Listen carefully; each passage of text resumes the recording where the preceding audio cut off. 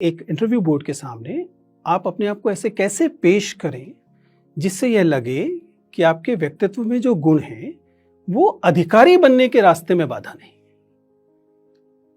इसके लिए जरूर हम लोगों ने कुछ तकनीकी चेकलिस्ट बना रखी होती है। मसलन मैं 5 चीजें जरूर जांचता हूं किसी भी इंटरव्यू को, खासतौर से यूपीएससी इंटरव्यू को तबाह करने के लिए। आपका केवल एक बार, आप सभी जानते हैं कि यूपीएससी की जो सिविल सेवा की परीक्षा है उसके कई चरण होते हैं। प्रारंभिक चरण है जिसे प्रारंभिक परीक्षा प्रीलिम्स कहते हैं। उसके बाद मेंस की परीक्षा होती है और मेंस की परीक्षा में जो थोड़े से लोग उत्तीर्ण होते हैं उन्हें मौका मिलता है यूपीएससी के इस बोर्ड के सामने आने का। यूपीएससी का यह बोर्ड आपके व्यक्तित्व का मूल्यांकन करता है। यह एक व्यक्तित्व परीक्षण है या कोई इंटेरोगेशन नहीं है। जिसका क्या मतलब है? ऐसा नहीं है कि यूपीएससी ये मानकर चल रहा है कि आपने कुछ बहुत सारी चीजें छिपा रखी हैं और वह इन प्रश्नोत्तर के इस पूरे कार्यक्रम में, इस पूरे व्यक्तित्व परीक्षण में उन चीजों को छीनने की, उनको निकालने की कोशिश करता है। नहीं, ये केवल आपको अपने व्यक्तित्व को प्रस्तुत करना है और यूपीएससी के उस बोर्ड को ये जांचना है कि आपके अंदर व्यक्तित्व में वे कौन कौन से गुण हैं जो शायद इन सेवाओं के लिए उपयुक्त है। यह व्यक्तित्व परीक्षण जांचने की कोशिश करता है कि आप में इंटेग्रिटी, ईमानदारी, बौद्धिक ईमानदारी और नैतिक ईमानदारी है या नहीं है। यह परीक्षण यह बताने की कोशिश करेगा कि आप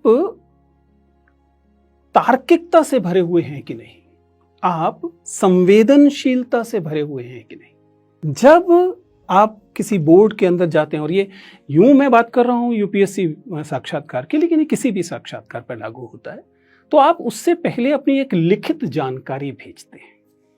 यूपीएससी के मामले में इसे डैफ, डिटेल्ड एप्लीकेशन फॉर्म कहा जाता है। ये डिटेल्ड एप्लीकेशन फॉर्म आपकी पूरी के पूरी जीवन की यात्रा होता है। ऐसा नहीं है कि यूपीएससी ने किसी अन्य माध्यम से जानकारी हासिल की, आप ही ने ये फॉर्म भरा है और ये जानकारी उनको बताई है। मसलन मैंने अगर लिखा कि मैं दिल्ली की अनधिकृत बस्ती में पैदा हुआ, तो अगर मेरा डिटेल्ड एप्लीकेशन फॉर्म किसी समझदार व्यक्ति के सामने है तो वो इसे देखकर जानना चाहेगा कि दिल्ली की अनधिकृत बस्तियों के बारे में जानकारी मुझे है भी या नहीं। दिल्ली की अनधिकृत बस्तियों में सीवेज डिस्पोजल कैसे होता है।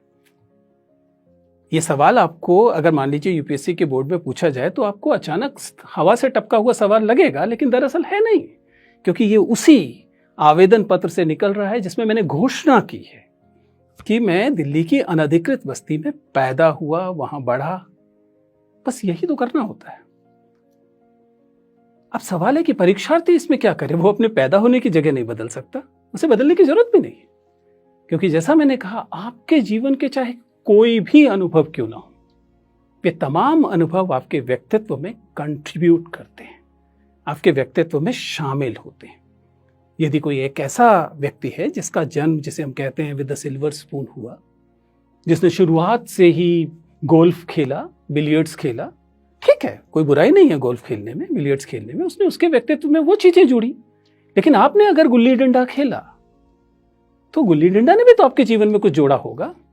और यही दरअसल हम यूपीएससी बोर्ड में जानने की कोशिश करते हैं। ये एक के बेहतर और दूसरे के कम बेहतर होने का परीक्षण है ही नहीं। ये तो आपके व्यक्तित्व में जो ईमानदारी से आपने कहा है, उस ईमानदारी की जांच पर है जो यहां की जाती है। इसलिए जो पहली सलाह मैं अक्सर परीक्षार्थियों को देता हूं वो ये है कि किसी भी कीमत पर फेक व्यक्तित्व मत दिखाइए, नकली घोषणाएं मत कीजिए। दूसरा, अपने जीवन के, अपने व्यक्तित्व को ढकिए मत। Let the board peep into your personality. Board को अपने व्यक्तित्व में झांकने का मौका दीजिए, क्योंकि आपके व्यक्तित्व में ऐसा कुछ नहीं है जिसके लिए आपको शर्मिंदा होने की जरूरत है। एक इंटरव्यू बोर्ड के सामने आप अपने आप को ऐसे कैसे पेश करें जिससे यह लगे कि आपके व्यक्तित्व में जो गुण हैं वो अधिकारी बनने के रास्ते में बाधा नहीं। इसके लिए जरूर हम लोगों ने कुछ तकनीकी चेकलिस्ट बना रखी होती है। मसलन मैं 5 चीजें जरूर जांचता हूं। मैं बात करता हूं पोस्चर की, यानी कि आप कैसे बैठे हैं, सिटिंग पोस्चर।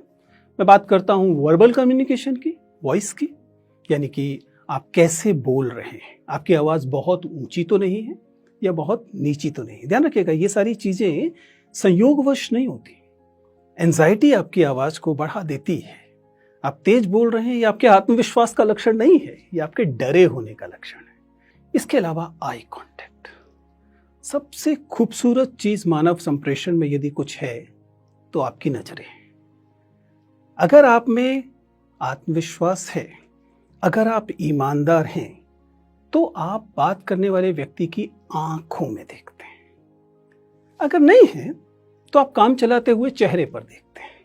लेकिन अगर आप झूठ बोल रहे हैं, अगर आप चुरा रहे हैं कुछ, अगर आप फेक कर रहे हैं कुछ, तो अक्सर आप ऊपर देखते हैं। एक साधारण सा तरीका है। कुल मिलाकर मैं क्या कह रहा हूं, जब आप किससे बात कर रहे हैं तो उसकी आंखों में या कम से कम चेहरे की तरफ देखिए। इसके अलावा हम बात करते हैं अक्सर हैंड मूवमेंट की, हाथों से आप क्या कहने की कोशिश करते हैं।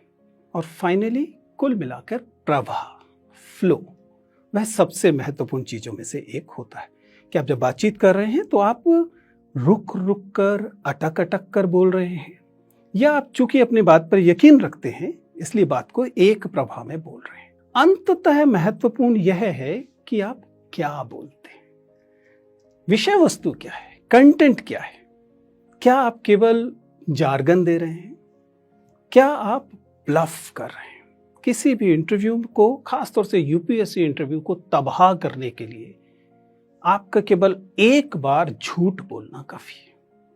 आपको किसी सवाल का उत्तर नहीं पता, और ऐसा स्कूलों में चल जाता है, इसलिए कई बार आदत होती है कि आपको सवाल का जवाब नहीं पता है, लेकिन आपसे पूछा गया तो आपने कहा हाँ पता है, और जब आपने उत्तर दिया तो वह उत्तर आपके अनुमान पर, गेस पर आधारित था। इंटरव्यू आपको यह सुविधा नहीं देता। क्यों नहीं देता? बहुत साधारण सी बात है। प्रश्न का उत्तर न पता होने पर आप आसानी से कह सकते थे कि मुझे उत्तर नहीं पता। तब क्या आपके बारे में क्या राय बनती कि इसको एक सवाल का उत्तर नहीं पता था, जबकि बहुत सारे सवालों का उत्तर पता था, तभी तो यह साक्षात्कार दे रहा है, तभी तो उसने मेंस क्लियर किया है। लेकिन आपने एक उत्तर गलत दिया। गलत का मतलब केवल गलत का, राय में गलत कुछ नहीं होता, लेकिन फैक्चुअल, तथ्यात्मक चीजों में आपने दावा किया कि आपको पता है और आपको नहीं पता था, आपने अनुमान लगा दिया, तब आपके बारे में आपकी ईमानदारी पर सवाल उठता है।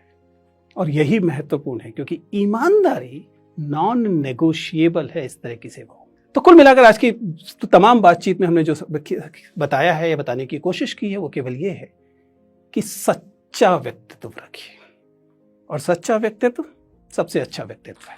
Thank you.